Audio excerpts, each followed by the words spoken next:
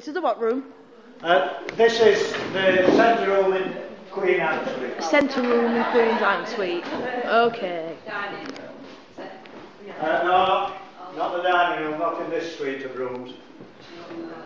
And we also have a drawing that's done by Haseldorff. Oh. This is where the idea of the dolphin basin came from.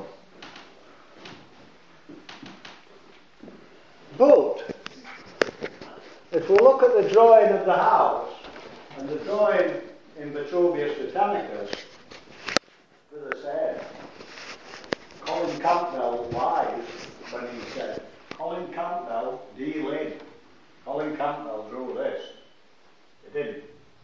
I think this is the original design that Gibb did when he reworked the Johannes von Bock design, and I think that this is the design that was sent all over for ideas for the Great Court, and it's just dragging ideas in. What am I going to do with this? What am I going to do with that? I want a Great Court, and this is just one of the designs.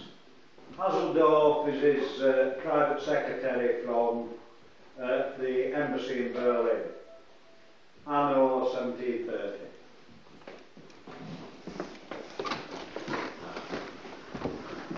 Oh, I've got them curtains on Sims. Sorry? My game, Sims. I've got them curtains. Alright. Yeah. Oh, it's posh in here, isn't it? Oh, look at them ceiling. So, this is top of range. This is best to get. Oh, I want to sit on a posh chair.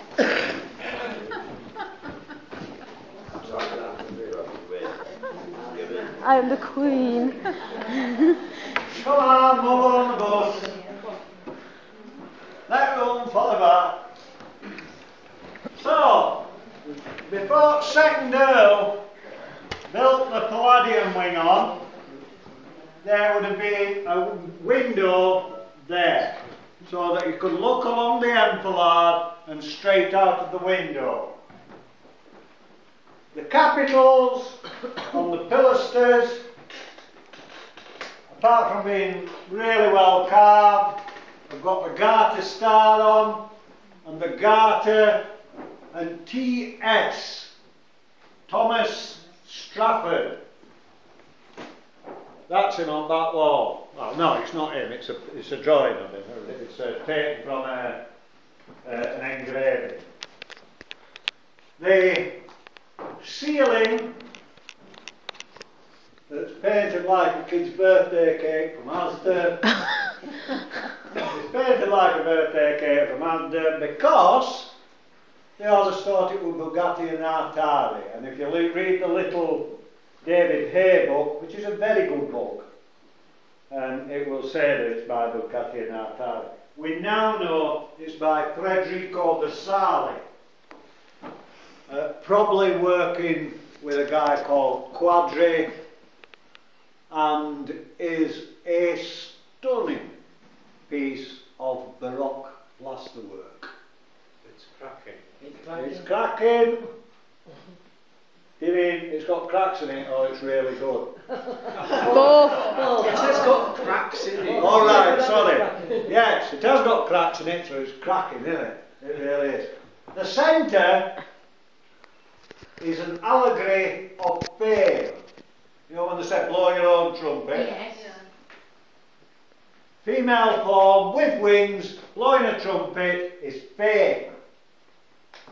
Unusually, she has two trumpets because he's a famous military man and a famous politician. We also have grapes that were growing here in early 1700s, lemons which were growing here in early 1700s, pomegranates growing here in early 1700s, and melons. Melons were people have no idea what they were. So how come over here did the apartment? No. It just grew here. He had the wall that goes all the way down that side of the drive. Before it was rebuilt in the 1970s, was the original wall from the early 1700s, which had loads of flues growing through it, loads of chimneys, and they used to light fires and heat all the wall, and then have glass houses to get the sun and grow them. Like a greenhouse. Yeah, like a heated greenhouse. And they had melon beds and grew oranges. There were bitter oranges, like Seville oranges, and grapes. But, the pineapple became a badge of opulence later in the 1700s, melons were the thing. And people would be astonished that he could produce, what is that? It's a melon. Call them melons, then. What's that supposed to be, let's see, that one here? This, Yeah. it's, we're not sure whether it's pears, and we know pears grew here, or a large Where- squash. That's what I Sorry thought, to interrupt. Where the crack is, what fruit is that then? Ah, now then. We don't know whether it's a pomegranate or whether it's sugar beet, because both grew here. And so, until we start taking the paint off to do it up, and it will cost an absolute fortune to do it, we'll not be able to tell. The fact that he could put a melon on the table and just wow people with a melon just wasn't good enough for Thomas. Because when the melons were small, the head gardener had a tin plate with holes in, which he placed on the melon and very carefully marked the skin without breaking through it, so that when it grew to full size, it had the Stratford coat of arms grown into it. And this was not only astounding that he could put a melon on the table, they didn't know what it was. But it had Stratford coat of arms actually grown into it. Fabby. Talk about showing off. Amazing, man. What are the coat of arms? And now they all The- the same coat of arms. This is the Garter Star. The Garter. So he's a member of the most noble order of the Garter. Yes. So you get the Garter and also the Garter Star above it. And is that the garter on? Yeah. It used to be known by the people who didn't like the place as Stars and Garters, this place. Because everything either had the Garters on it or the Garter Star. In here would be tapestries. The most expensive works of art that can be bought.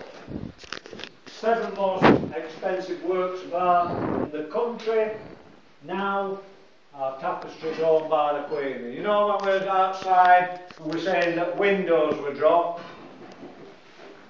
we can see that this was the original height of the window, because that's where the shutters come from.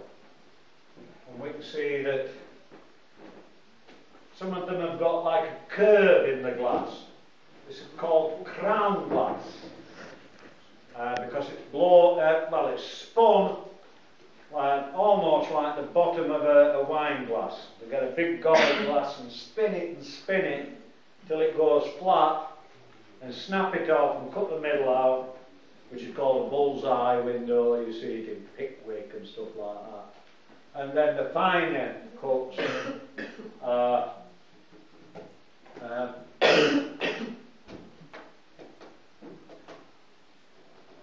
Very fortunate that it wasn't damaged during the war then.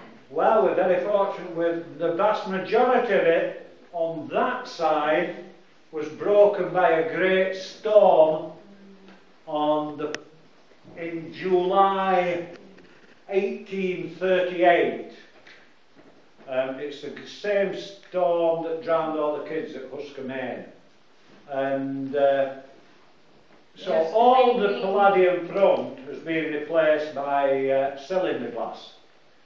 Whereas on the back of the Palladium wing and on the front here, we've still got the crown glass. To a large extent. And these children that you